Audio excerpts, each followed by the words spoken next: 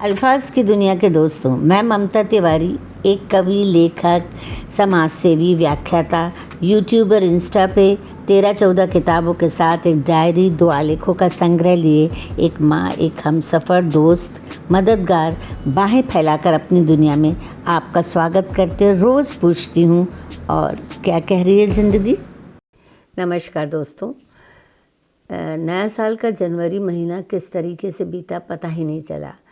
मैं इस महीने पूरी तरीके से स्वामी विवेकानंदमयी हो गई और पढ़ते इतना कुछ इकट्ठा हो गया मेरे दिमाग में कि मुझे बहुत आनंद आया। मुझे भी बहुत सी बातें नहीं पता चली थी और मुझे उन बातों की जानकारी हासिल हुई। और नए साल की शुरुआत हम लोगों ने नर्मदा नदी के किनारे से की थी, जहाँ से मैंने नए साल की नज़्म पढ़ी थी और एक चुपती दोपहर पर भी एक नज़्म पढ़ी, क्योंकि ऐसा मेरा मानना था।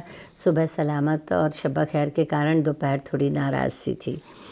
फिर उसके बाद हमने सोचा कि चलो शब खैर अब बंद करते हैं, मोनोटोनस तो नहीं हो रहा, तो हमने उसकी जगह शब सुखन शुरू किया था, जिसमें हम एक थॉट पढ़ रहे थे। हमने मुश्किल से 4-5 बार ही वो थॉट पढ़ा था कि अचानक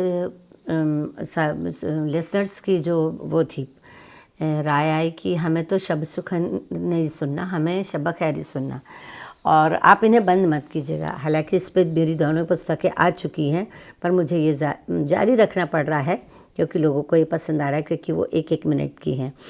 10 जनवरी को हमने विश्व हिंदी दिवस पे बात की, तो कई लोगों के मेरे पास पर्सनल भी वो आए इस वाली बात के बारे में कि वो यही जानते थे कि राष्ट्रीय हिंदी दिवस होता है, विश्व हिंदी दिवस के बारे में उन्हें जानकारी नहीं थी। मुझे खुशी हुई इस बात की। फिर बाकी के इतवार, संडे और गुरुवार को हम लोग लॉन्ग वीडियो देते थे, जिसमें हमने 12 जनवरी को, जब विवेकानंद जी की जयंती थी, तब से हमने, जिसको हम लोग युवा दिवस के रूप में मनाते हैं, उस दिन से हमने 5 या 6 पार्ट उनके क्रमशः ही तैयार कर पाई मैं, क्योंकि इतना मटेरियल था और इतना लेंदी था और इतना सारा था। सोचो, जिसको पढ़ने में मुझे इतना वो लगा, सोचो उस व्यक्ति ने वो जीवन वैसा गुजारा। मैंने अपनी पूरी ईमानदारी के साथ विवेकानंद जी की जो बात होती थी सब देने की कोशिश की, पर एक लिमिट पर आकर मेरे को ठहरना पड़ा कि मैंने अभी उनके प्रिंसिपल्स और उसके बारे में बातचीत नहीं की है। वो हम सेकंड सीज़न शुरू करेंगे, अगर आप इच्छुक होंगे तो मैं उसको भी करने की कोशिश करूँगी। इसी बीच में गर्ल्स चाइल्ड डे भी आया था, बच्चों के बालिकाओं का वो दिवस भी आया था, उस पर मैंने ये लड़कियां वो लड़कियां नज़्म भी पढ़ी थी। और अगले महीने से मैं सोच रही हूँ कुछ नवाचार करना चाहिए, तो वो सस्पेंस मैं भी नहीं खोलूँगी। फिर हम कुछ नई चीज़ करने की कोशिश करेंगे। अपनी तरफ से मैं पूरी कोशिश कर रही हूँ। और मैं अपने मित्रों से, दोस्तों से भी ये कहना चाहती हूँ, उनको गलतफहमी हो गई है।